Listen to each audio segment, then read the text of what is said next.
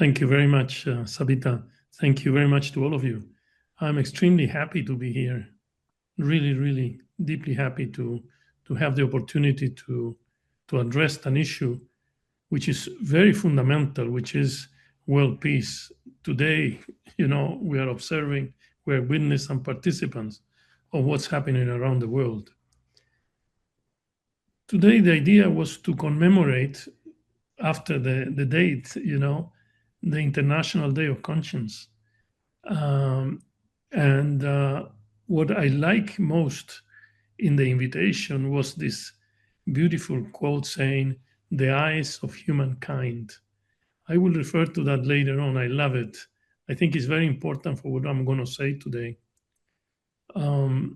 These eyes of humankind are very important and fundamental when I perceive that maybe, I hope not, humanity is going blind in many, many aspects.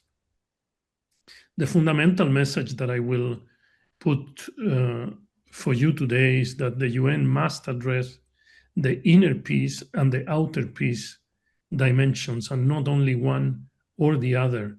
They has to be simultaneously. The inner dimension of peace, of course, is the famous statement that inner peace is the most solid foundation for world peace. And this is not a slogan. This is very important because it puts peace as a state of being, not a merchandise, not a thing that we are trying to aspire or some material thing. We must find the path to inner peace within the UN. We must find, and understand this inner being of peace.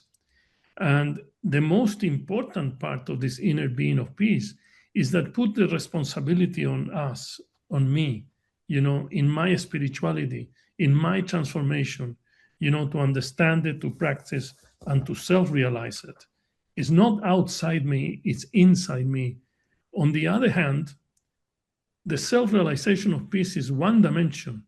The other dimension is a commitment, to construct a peaceful society. And this is the essence of the outer dimension of peace. This is not just the duty of governments. This is not just the affair of government. It's very important that all of us get involved in the creation, on this commitment and the construction of peace. So the essence of my message today is that we need to really get this missing link of the democratization of peace. We all need to be involved, and not only the government. This is the area where we have to take the inner being of peace with the inter being of peace. This balance between ourself as the engine of transformation, but also society and its stock of reality also as part of this collective responsibility. But before I continue, I'd like to go directly to this United Nations Resolution 73/329, which is the International Day of Conscience, promoting the culture of peace with love and conscience. This is very important because to me, this resolution represents a major shift in the paradigm of peace. When we say that love and conscience as the path toward peace, we are really changing the whole culture of peace and loudly saying that it's not only economics, politics, or business. It is not money and buildings. It is not weapons and devastation. This resolution says essentially that conscience as a practical tool for conflict prevention, and we, that are moving toward a culture of peace with values, attitude, behavior, we need to base our action in freedom, justice, democracy, human rights, tolerance, solidarity, and so on and so forth. This is the way this resolution is saying to us that we need to construct a peaceful society.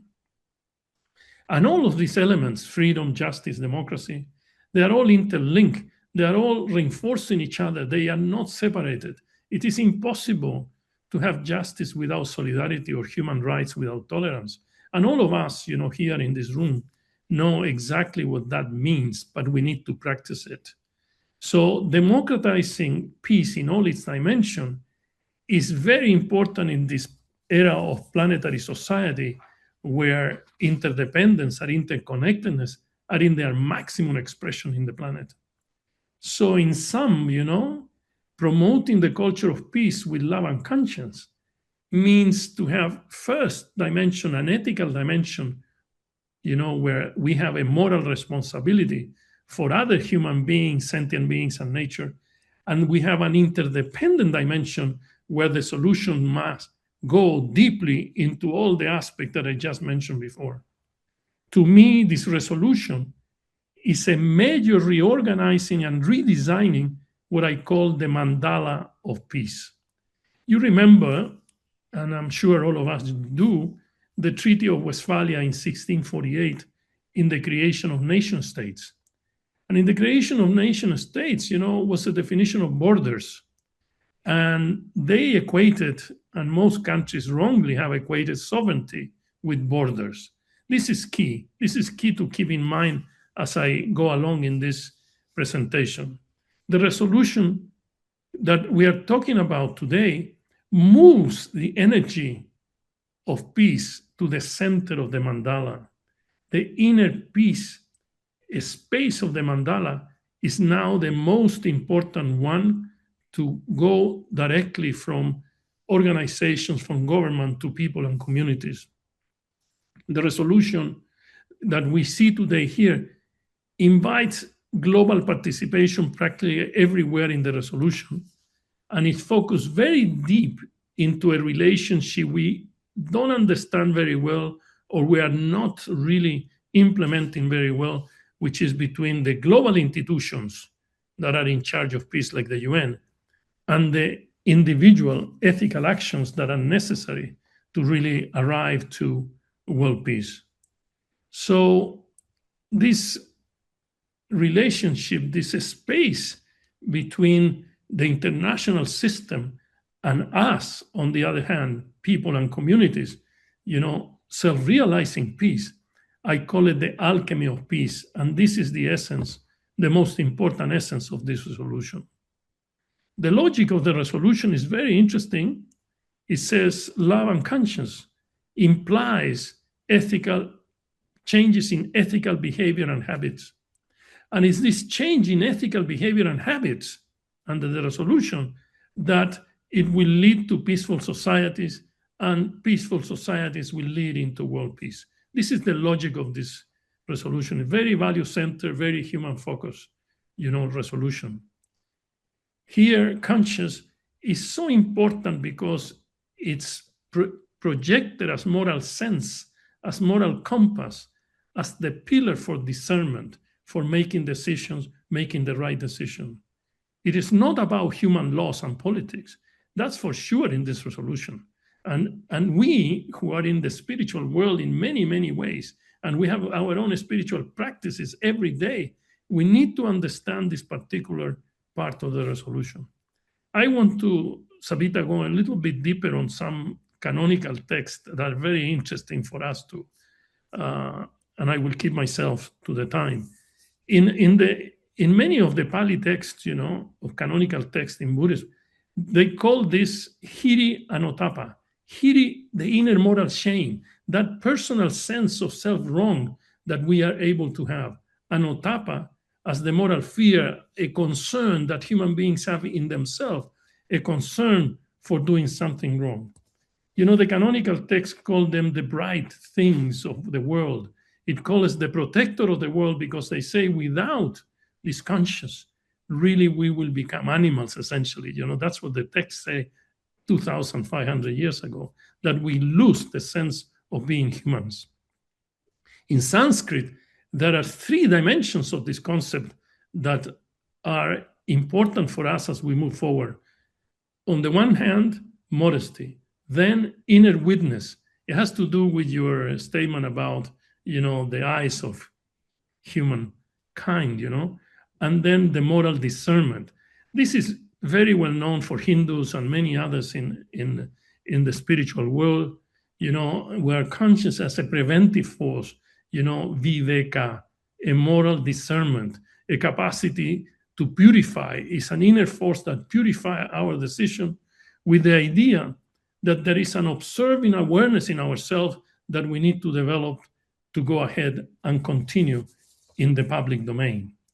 If one looks at the strategic and organizational dimension as sort of landing very heavily on an everyday, conversation, naturally this concept of Hiri and Otapa and the three dimensions of conscience in the Sanskrit literature must be part of our own transformation. But there is this other outer, the social dimension of this transformation. And we need to really democratize peace through universal participation. And this I will refer to during the question time, how this affects the UN today, moral accountability, transparency of power. Today, this is very fundamental. The inclusivity, the ethics of governments, and so on and so forth. So we need to align UN policies with human dignity. And when I say human dignity, I am referring to this deep sense of viveka, this moral discernment. And we must make, all of us, a contribution to the culture of peace. It's not the governments that are going to build alone the culture of peace. Let me conclude, as I have another 5 minutes here, saying... And take your time. There's no rush. Thank you very much. I divided my conclusion in two groups. One is what I call protection of our inner conscience. And the second group of conclusion is how we address the great crisis of legitimacy today of the UN. Let me refer to the first one. It is very interesting. One looks at history, how we are being dominated, how we are being conquered, in the recent past, when in a few centuries ago, we were controlled through our labor, our capacity to offer our labor force. And slavery has been the worst expression of that. Today with artificial intelligence, with the instrument of communication we have today, is not now geared to the control of our labor, is geared to the control of our mind, our conscience. This is so important for us who are in the world of spirituality and inner development. We need to avoid this at all times. The groups present here, I feel at least a responsibility to stop this control of the mind through all these means, because then, we are going to go as we're going now in some sense, not all of us, of course, into the wrong part of the history of humanity. This control of the mind is now getting more complex when we're not only trying to control the human being, but we are trying to control the land, we're trying to control the natural resources. So we are in a very complex quandrum here about this resolution in its application and its essence. The second part, the second group of my conclusion has to do with the legitimacy of the UN. The UN is being greatly questioned. I have been talking to many people lately, and every time I mention the word UN in a luncheon or in dinner or with government, it's just they vomit to me, this is crazy, it's ridiculous, it's nonsensical, you are a dreamer, all the possible qualifications I am, receiving from every place. But there is clearly, we need to understand that people's expectations have not been fulfilled. Now, each one has its own expectation, with the terrible thing that the communication strategy has been so poor that people don't know really what UN has done for them. It's sort of interesting. I asked them, how do you deal with, I didn't know. I didn't know. So there is something very fundamental here on a communication strategy. Particularly this comes from the people who are looking for justice and survival. you know. The other thing is that people say all the time, and probably you and me too all the time, that there are many changes have happened since World War II. So it's not the same place, it's not the same world. So we are entering not only into a crisis of legitimacy, we are entering into a crisis of narratives. What should the UN do, become responsible for, et cetera, et cetera. There is a big issue of narratives to which I'm writing a lot, I'm speaking about a lot today, because I have my own view of what this narrative should be, but it was interesting that the UN was brought into life because the system of power at the time was demising the non-wanted people. The system of power was dominating to such an extent that we needed a system of rights. And the UN was essentially to move from a system of power to the system of rights. And now we're looking at, a situation where the system of power comes back, and we see the violation of all rights everywhere at all times, and we're becoming witness of a new era. I was saying the other day in a debate that I hope that this was a transition. But the question is, what happens if this is a new era, a new era of no rights, it's an era of power. We need to avoid that at all costs. We need to be so active in returning to the system of rights, even if it's not, perfect. But the Universal Declaration of Rights, with all its imperfection, was the sort of the sword we used to say, okay, you want to enter to this arena. Okay, here is the 38th, paragraph of this Universal Declaration of Rights. So the system of rights have protected so many people, but people do not know, really. They are not aware exactly what the UN does and why it does it. The question we need to face today to end, really, is this transitory, or this is the dawn of a new era of power? Is this new culture of power to stay? I believe that this is the moment, to activate the power of conscience individually and socially. Conscience is what makes us humans. So the moment we allow this to disappear, what is the essence of this resolution, this is going to be really, really bad for humanity and for future generations. What is the role of the UN within a system of power, where people are violating rights? But I end by saying and asking the question, if it is not the UN, who will bring us back to the culture of peace? Thank you very much.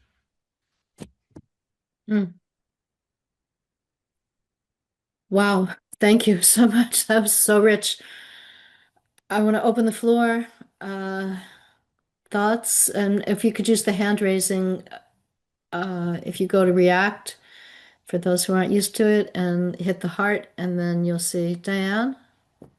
Yeah, thank you very much, Alfredo, for those very inspiring remarks. I see somebody just put a response in the chat, and one of the lines is, "The only thing necessary for the triumph of evil is for good men and women to do nothing."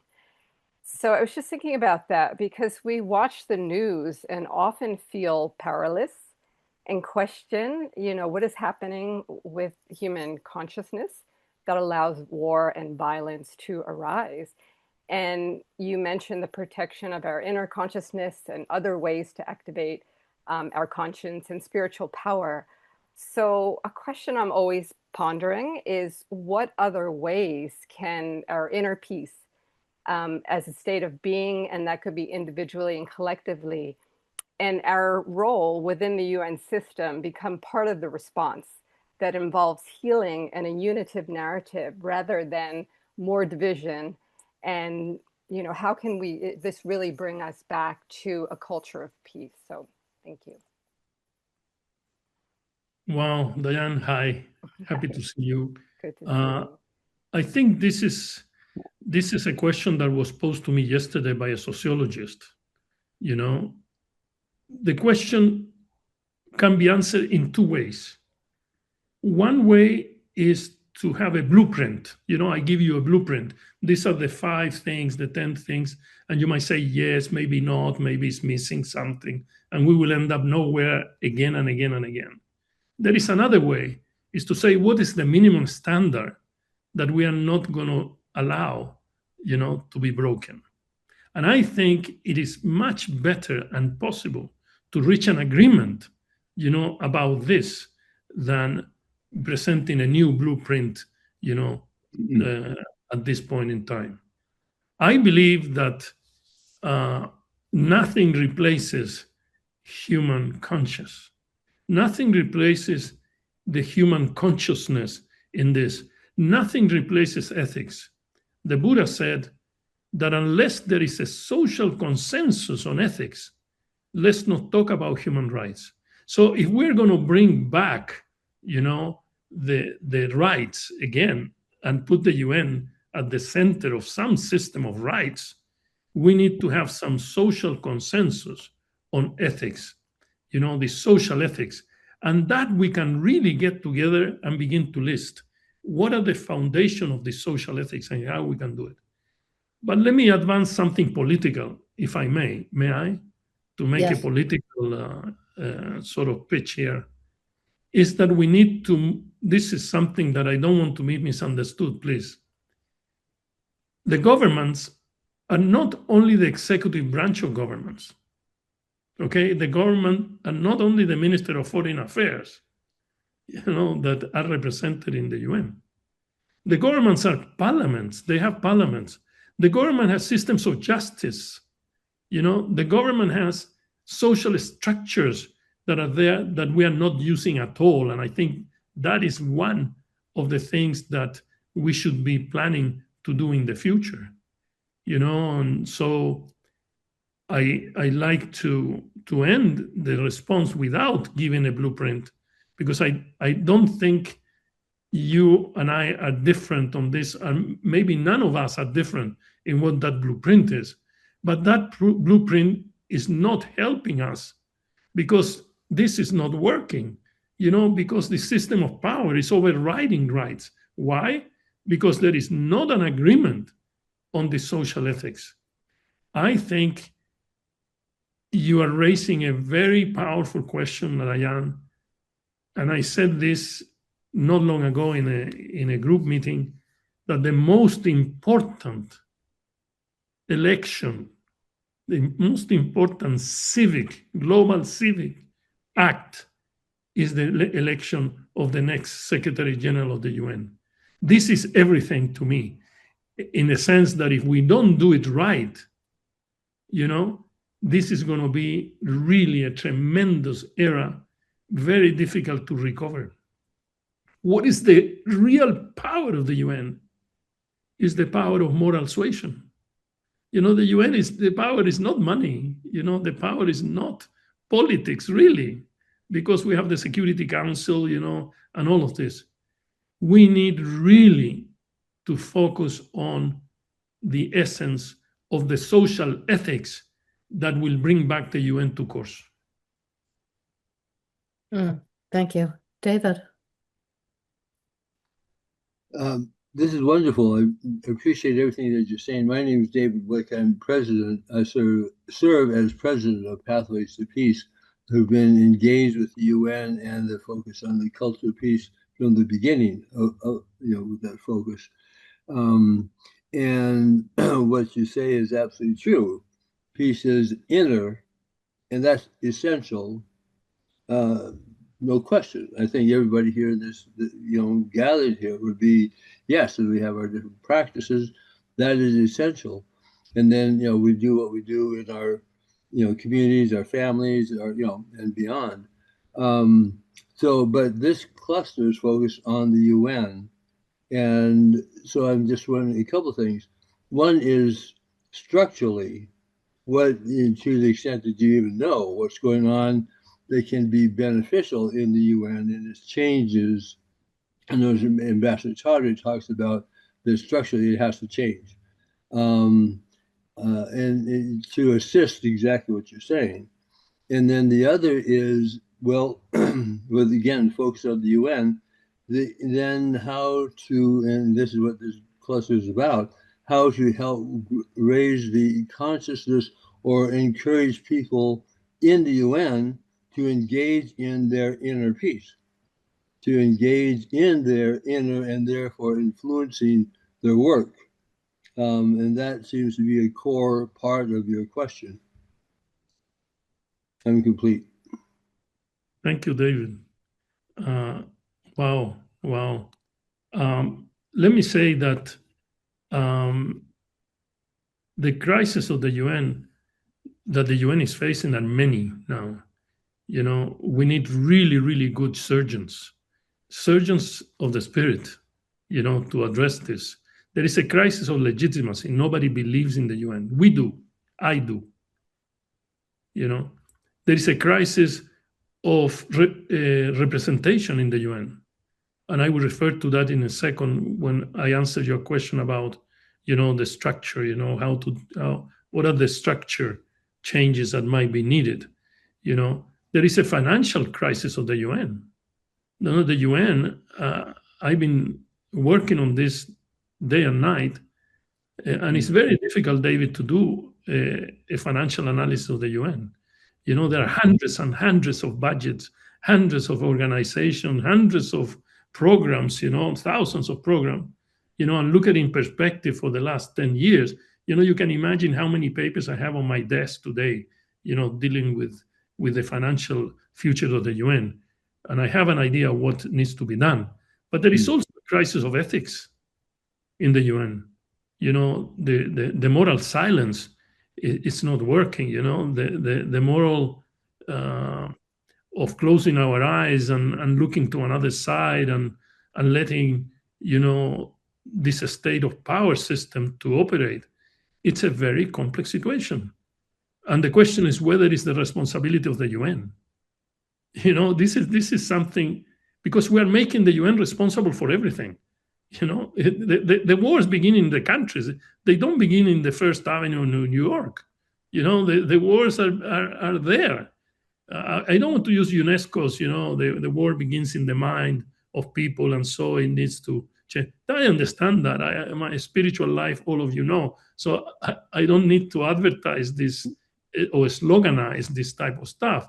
The point is that if the UN doesn't move in some ways to at least address 3 or 4 of these crises simultaneously, we're not going to do anything. For example, in the crisis of representation, the UN has a serious problem with representation. Who is represented there?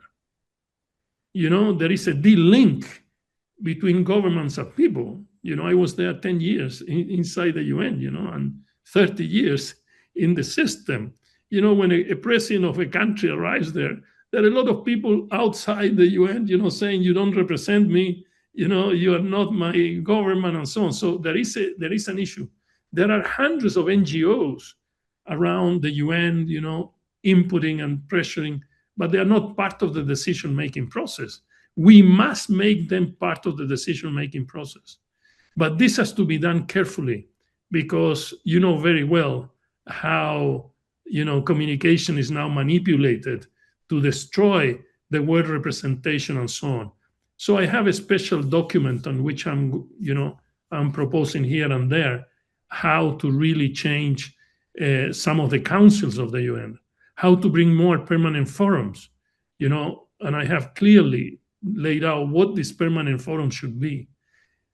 That's one structural thing you need to do. The second structural thing to do is that the unit of account of the UN are the agencies. This is the wrong approach. The unit of account of the UN are the countries. You know, so it's not like, okay, I have an education issue, so I call, you know, this agency.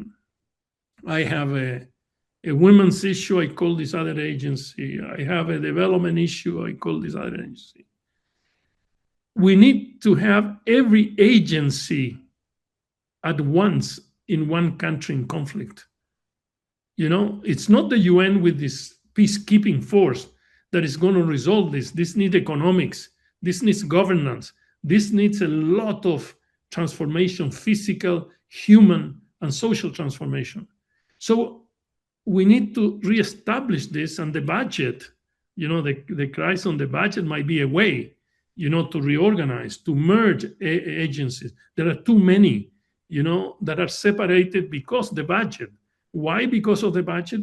Because Sweden say, I like this program, I finance. The US say, I like this, I finance. Chile says, I like this program, I finance. This is not the way we're going to make the UN function. And third, I think we need to be so careful, but at the same time, so active, so clean, so pristine in our way to present this concept of ethics, that we have to have the capacity to say to the world that ethics is not an esoteric proposition. That we need to, canvas a debate on this precondition for structural change, that ethics is fundamental. So when I talk about changes in the UN, there are three clusters. One is the typical cluster: efficiency, organization, transparency, that probably most of the candidates will talk about it, but that is not going to happen, because any organizational change is based on human consciousness. It's not possible, and we see it day after day. The second one has to do with changing the organigram of the UN, really, the narratives, the fight for narratives. And the third one has to do with what I call, your word, structural, which is a UN embedded in value systems. The UN embedded into a new narrative that says, we are not just politicians here doing this, or diplomats. No, this is an organization that is unique to position the world, out of war, out of poverty, out of, violation of human rights and so on.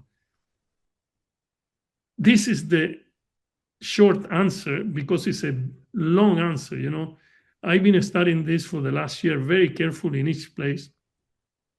Just to talk about finances, it's for another session, and it has a lot to do with what we're talking about, narratives, and we're talking about ethics, and we're talking about organizational, fusion, and so on and so forth. Otherwise, more money to the UN will be wasted, and people say, we don't want to give more money to the UN. The UN is, I was looking at the money is wasted in the UN. Incredible. And they're localized, they're very localized. But you realizing that in my answer, David, I didn't say anything about the Security Council, because we need to be very careful, and I will not do it here. I'll do it in another circumstance.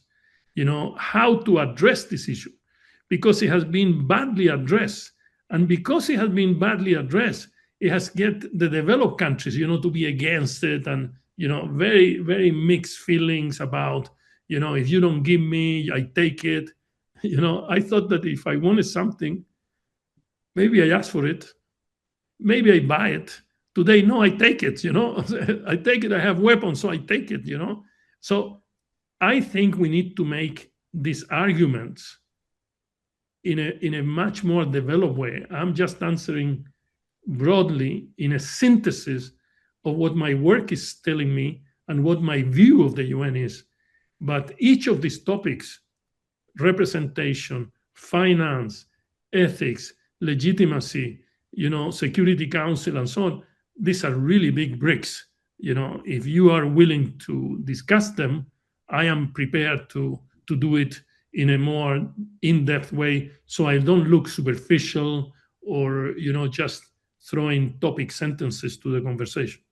Well, I love what you're saying, and thank you so much for that. And that's what this cluster is about: is where do we have the effective impact that you're talking about within the UN, and around consciousness is a big thing. But it's like where that entry point is. So, thank you very much. I appreciate it. Thank you. Yes, that is really in the pocket of what we're about, and I'd love to talk with you more about partnership. And first, we have Virgilio up. Thank you, Johnny. Thank you to all the Unitive cluster for always sharing knowledge. Thank you, Alfredo, for your time and for all of your you've sharing here. I totally agree. I was thinking different ideas around different books, different phrases of people. I've shared some in the chat. Uh, I agree that the conscience of a people also, when we share in this group of people, the importance of our voices, of what we say and what we do around what we say, our commitments towards knowledge and all the need of the humanity to learn from natural productivity and not around our system in economics and how things work. I also believe in the United Nations as a system that who's going to evaluate properly the authorities. I've listened and I loved how in this cluster we don't take things personally and we don't try to say, okay, what can I do first, and then the need of what can we share with others to do to create because it's not enough what I do if half of the population is not aware of the need of a human conscience of our impact. Instead of saving myself and first myself and then the rest can burn. I'm tired. I'm Mexican. I know that I noticed that you're from Chile. I love how Chile turned not the government, the governance of a people. I believe that Chile would be in Latin America one of the best examples of how a country can uh, uh, get in front of the problems and solve them in one way of unity. As a Mexican, I'm tired of paying attention to people, not just in one sector. It's not the government, I know, it's the government that we allow to is to put people that they don't care what they say in the morning and they in the afternoon they do something completely different without any consequences of if I say something without conscious of I will probably alert the whole world of a war of destroying a complete civilization and without taking care of my own words on the impact that I have as authority. And I don't have 30 years as you and all of you in the United Nations, but I've been learning since 2000, Master in Innovation. I've been part of the Millennium Objectives, how the SDGs, and I've been participating in the high-level political forums. I've created a civil association that is called Uso Inteligente, which comes with our own caveman, a small character that we created in an educational project to share people how it's like your own responsibility and rights of what you use and you consume. I'm responsible for my own uses and consumes, but I'm not responsible for the rest of the people. How can I share uh, not just an advice, is just to share a responsibility and the knowledge and the capacity of creating that awareness in someone else about something that is uh, uh, good for everyone, not just for me. I agree with how it's the eye of humanity can help us to evaluate others. We see, especially in governments, that they auto-evaluate and auto-accreditate what they do, what we do. And that's where we need some support. I can make myself responsible for my own things, but if I don't have a proper evaluation or someone to tells me, Virgilio, I don't know if it's AI, I don't know if it's someone else in another sectors that will help me to evaluate myself and how can I do or implement improvements. So my question, Alfredo, and to everyone will be, how can we share that strategy I agree that we need to be very careful in saying to presidents, your word is very important. What you say is a commitment and you must follow up. What's the best way to make an evaluation of that? How can we ask to the different sectors to accept that we all need to be properly evaluated? Thanks a lot to everyone, and have a great days in all this time. Thank you. Alfredo, I'll let you take that, and then I have another question. Muchas gracias. Let me comment backwards. How do we evaluate the promises that a government makes? This is very important because the UN makes promises. Its charter is a promise.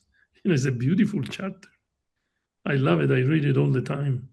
I'm doing some changes to the charter in my mind, but with a new narrative. But the point is, I will bring my experience with Maharishi Mahesh Yogi, who was my first teacher of Vedanta, the guru of the Beatles. We all know because we are at the same age, more or less. One day, Maharishi called me and said, Alfredo, I want to tell you, because I said I want to be president of my country. He said, you need to be aware of the impact of social consciousness. And I said, what do you mean? He said, every president who takes power, end up not doing their program simply because social consciousness grabs him. And social consciousness usually is below the consciousness needed to implement that program. So the only way you will become really a president that will fulfill your promise, he said, you need to have a pipe, between you and God, and you really, it was a beautiful expression, that there is something beyond in leadership.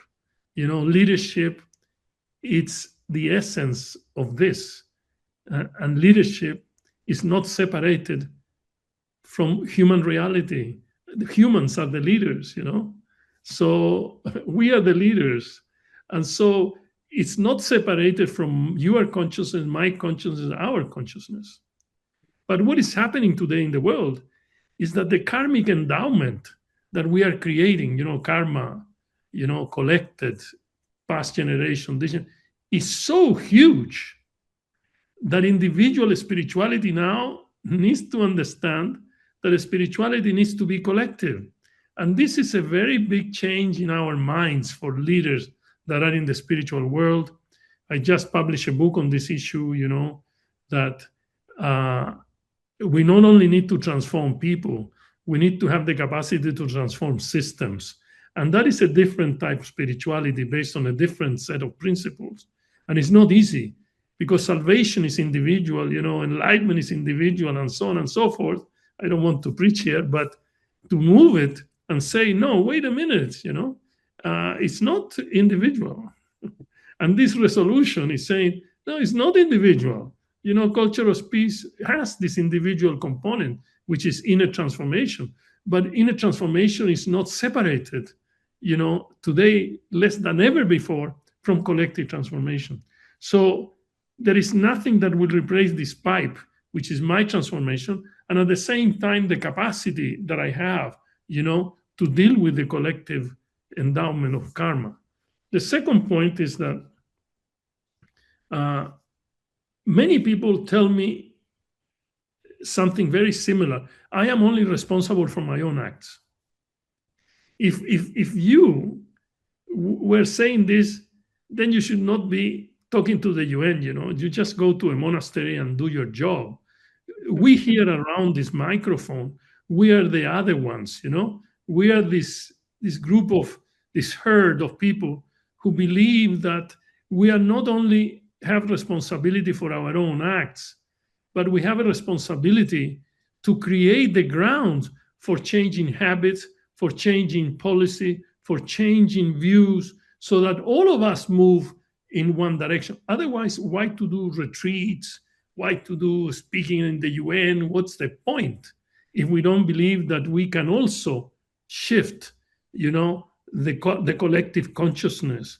This is the essence of it. You are responsible for your own acts, but you are also responsible for what you began asking me, which was awareness. I am here with my awareness, but my awareness is filtered, nurtured by your awareness. If you were not paying attention to me, for example, then my attitude will be a little bit different, very detached. I say a few things and I go. No, I am engaged and more engaged because I see that your awareness is with me. We need to bring collective awareness to the United Nations with methods, with a path, as Dash Hammarskjöld said, that the longest journey is the spiritual journey, is the journey inward, and that the UN lost that journey at his time, and that he was committed to recover it and bring it back. I think those words by Dash Hammarskjöld, the youngest Secretary General in the history of the UN, says a lot about what we need to do. We need to stop the routine. But there is another part of awareness, which is the practical language that we are presenting to the UN. We have used the same language. I'm making a generalization, Johnny. I'm not. It's little time to dismember all of this, so I have to do some generalization. We're using the same words. I read what you write. I read the same words for the last 50 years. And these have not worked. So we need to change, the way we call it. So I need to say something different of what the UN means to me as a leader. If I am in the ethnic crisis, I have to put it in this way. If I'm in the financial crisis, I needed to put it in this way. If I am, in the representation crisis, I have to put it in this way. We cannot escape politics. We cannot escape business. We cannot escape institutions. If spirituality is separated from them, then spirituality is a theoretical proposition. Spirituality must be where it is not. And we are the ones who really have to put it there very clear, with very practical. And I would say, Virgilio, the truth of my experience at 78 is that nothing replaces experience and nothing replaces human consciousness. This needs to go together, and we need to move from the era of knowledge to the era of wisdom. And we need to be the ones who bring wisdom to the UN. And that wisdom will come from a debate on representation, from a debate on ethics, from a debate on finance, on everything the UN does. We need to stop these wars. We need to stop, and we have the capacity to do it. We cannot be little minions going to the UN, to a meeting in the 3rd floor, in the 5th floor, coming back and think that we did the job. That's not the way it's going to be done. We need a new Secretary General that is capable to lead this organization and stop this dawn of the era of the system of power. This needs to be eliminated pretty soon. We need to convince these people in the right way, not to be always opposing and attacking. No, let's have the arguments to bring them. It's like someone made a mistake with you. You kick him and say goodbye, or you bring him to your side and said, look, let's talk about it. Nobody's doing that because they think that they are here and we are there. No, we are all here. We all belong to this, but we need to act like it, and we need to express it in ways people understand exactly what the changes we want now for a better future. Yeah, thank you. I think you answered Yvonne's question, will the new SG make a difference? And I think you answered that before and just now, that it's critical. My own questions are a few, and I'll let you take them as you want in these closing few minutes. I would love to hear your new narrative, and to talk further as we go, and hopefully get into some partnership with you, because we are so much about the same things that I would love to explore further partnership. See how your narrative comports with the narrative that we've based a lot of our work on, the Unitive narrative. And I'm really especially interested in your focus on morality, ethics, consciousness. And that's been really the bulk of our work, and why we formed was to make consciousness a domain of work and to make it explicit as a domain of work. And making it explicit, though, I mean, people think it's money's wasted on much more physical things, and they don't spend any money on this, let alone time or space. So that's my question is how do we access the space? Because we do agree, and that is the basis of this cluster is that every social crisis is first and foremost a crisis of consciousness.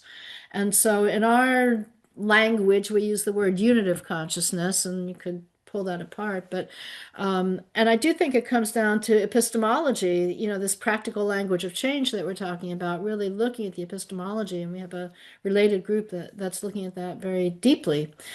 So I would love to just have you speak more to narrative and consciousness and ethics and how we raise those up to be bona fide, focused on, and not considered kind of inconsequential, fluffy stuff that you have to, you know, it's considered, oh, we don't have the luxury to talk about that because we have these emergencies in front of us.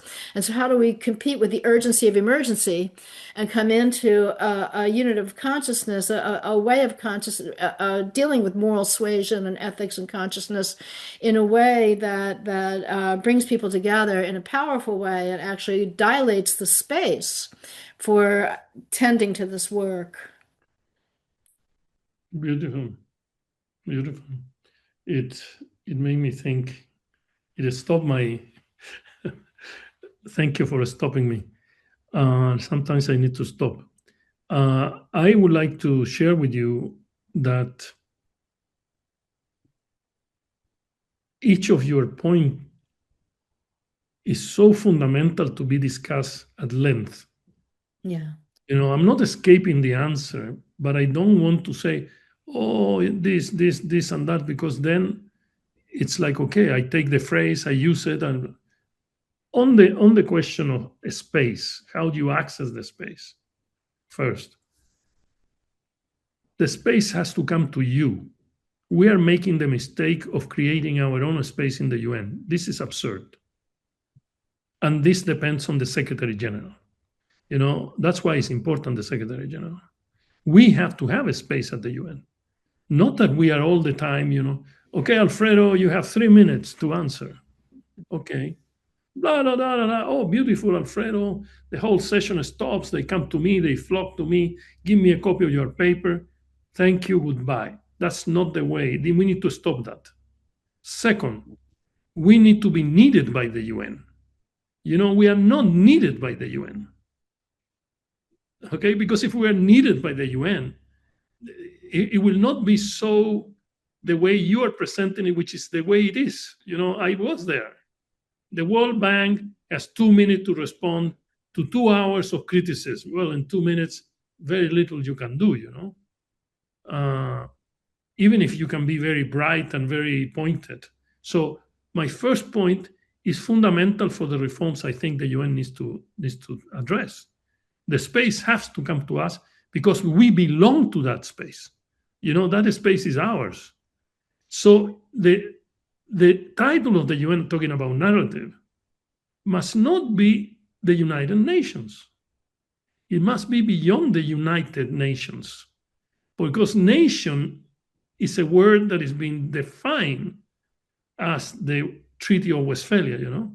These are the nation states. But I don't think the guys who wrote the Charter of the UN meant that. So we need to change the narrative. So in the nations, you know, there are many forms of nations, you know, there are many clusters of nations. The word nation is not just a country, you know, and this was translated into a country, you know, like many concepts. But if the narrative goes beyond nations, okay, then we will have a space. For the moment, this narrative is nations, and the Secretary General becomes the employees, executive CEO of what this parliament of nations want to do, plus the Security Council, the Trusteeship Council, the ECOSOC, and blah, blah, blah, blah. I think we need to change it. We need to change it the right way without becoming sort of the people who are seen as changes that are too drastic, impossible, dreamers, and so on. So that's why I also control myself from dropping many ways to deal with some of these issues. The other thing which is important is the urgency, as you said, and the important. We have to demonstrate that what we do and what we say is important. Many NGOs, go there as this is the most important.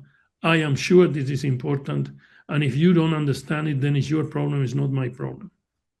The way we deal with them, the countries and the parliament, for example, what would it look like, Johnny, if it's in the parliament, there are 10 seats for NGOs? Maybe without vote, maybe, but voice, that you can stand in the General Assembly and say, well, equal time, sorry. And if we have a coalition of NGOs that works, in inverted commas, because I don't know whether these coalitions really work, there are too many on their own, having their own axe to grind, maybe we can have a huge impact on the UN. The other thing is that we should not separate ourselves from the nitty-gritty of the UN. Like we talk the important things. We are the ones who really conceptualize it. And what it's doing now, it separates us. I've been told this in the last month, maybe you have to be careful because, NGOs want to take the UN here when the UN needs to be in Pakistan, in Gambia. So, and the final point is that leadership demands a responsibility. Leadership is not gratis, is not for free. Leadership demands that I give something. That is like conscience. Conscience has a cost. It's not free. If the resolution we are going to implement it and work around it, it's not free. It means that you have to surrender to something much larger than yourself, much larger than the NGO or the organization one represents. If I sit there, let's say the government of Chile nominates me the Chilean ambassador to the UN, and I know nothing about the UN, which is the situation for most ambassadors. I need to find a house, I need to find an apartment, I need to, have an office, etc. And then I go for the first time to the UN. I had that experience. My first day at the UN in September of 1996, I didn't understand anything. I had no clue. The language, the topics, I had no idea what was going on. And I'm sure all of us have had that experience the first day, But how do you establish yourself? Can we all be generous and say, all of us are we going to talk about the crisis of representation? And we hammer every month the crisis of representation, but well done, well established, well thought out, and well presented. What about having a communication strategy where every month we have a topic, not necessarily the UN topic, but the UN calendar helps us because it might give us ways to maneuver, but not 20 NGOs speaking separately, it's one force, and so on. So we need to think about different instruments. The same thing is going to happen with the crisis on finances. We need different instruments. The instrument we have now, they say that the UN goes broke in June. That is the projection by the Secretary General, that financially the UN goes until June. What? We're in the middle of April. In June, We have no money. When the total money of the UN of the last 15, 20 years, 30 years, 40 years, I've been doing this analysis, is only 66% of 1 year of expenditures on weapons. So you say, okay, these people are crazy, but we are crazy because we are not able to convince them. You know, there is something there we are missing. And I think without the link with the right Secretary General, we are not going to be able to succeed. We'll continue another 5 years of, because most Secretary Generals go to negotiate power, diplomacy, and they have this language that is beautiful, very open, very general. Nobody is willing to say, sorry, stop. The UN is not this. There is another area that might give you a hint of where I am with narratives, which is the total separation between the UN and the Bretton Woods institutions. That is crazy. It's absolutely nonsensical. It's not a political issue. It's not a space, boundary issue. It just has not worked for the UN, and it has worked for them. And it so happened that I was a director there. I know how it works there. So we need to bring it here and make it work for the UN with the independence of the UN, of course, all the time.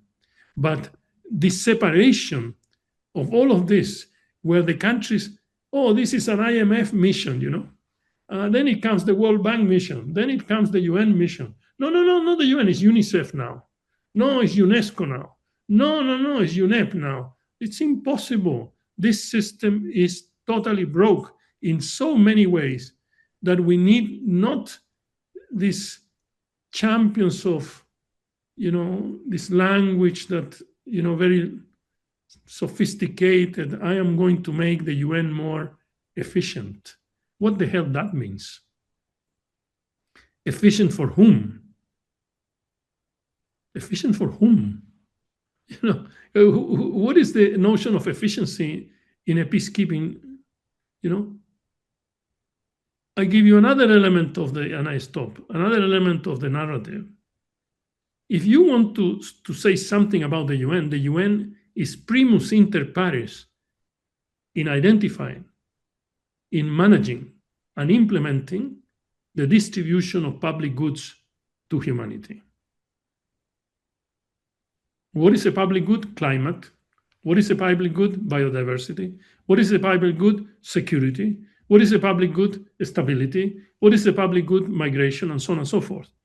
But there are inner rings, inner circles, from small issues of public goods to big issues of public goods. And we need to tell the world which of them which circle the UN will address. For example, the UN in its program, country-based, you might go to the smallest circle to clean some river somewhere in the planet. But another thing is climate change. The UN is primus inter pares. There is no other agency that can do it. And as I said to Dayan, I don't want to have a blueprint. We should ask and present it the other way around. Where and what will happen if the UN is not there? Because there are many people, even my government today is saying to hell with the UN, out with the UN. Okay, let's raise the UN. Who is going to do it? What institutional memory will be lost? Can we create with the political flavor of the day a new agency? And I finish this presentation by saying I was in the 60th anniversary of the Universal Declaration of Human Rights in UNESCO, Paris. There was a huge meeting. I stood up and I say, it is time that we write a new Universal Declaration of Human Rights. And the former Prime Minister of Holland, Pronk, says to me, Alfredo, please don't say this. There is no interest of anyone about the Universal Declaration of Human Rights. There is no political will to have a new. It's better to have a worse one than the best one. And I close with that. It's not my view. I like to have a new Universal Declaration of Human Rights. But he's right, redundancy, he's right in saying there was not a political will to do it. So if there is not a political will to do it, they will say, okay, we begin the process and we erase it. It's finished, you know? And if we are in the system of power and not in the system of rights, it's impossible to defend the Universal Declaration of Human Rights.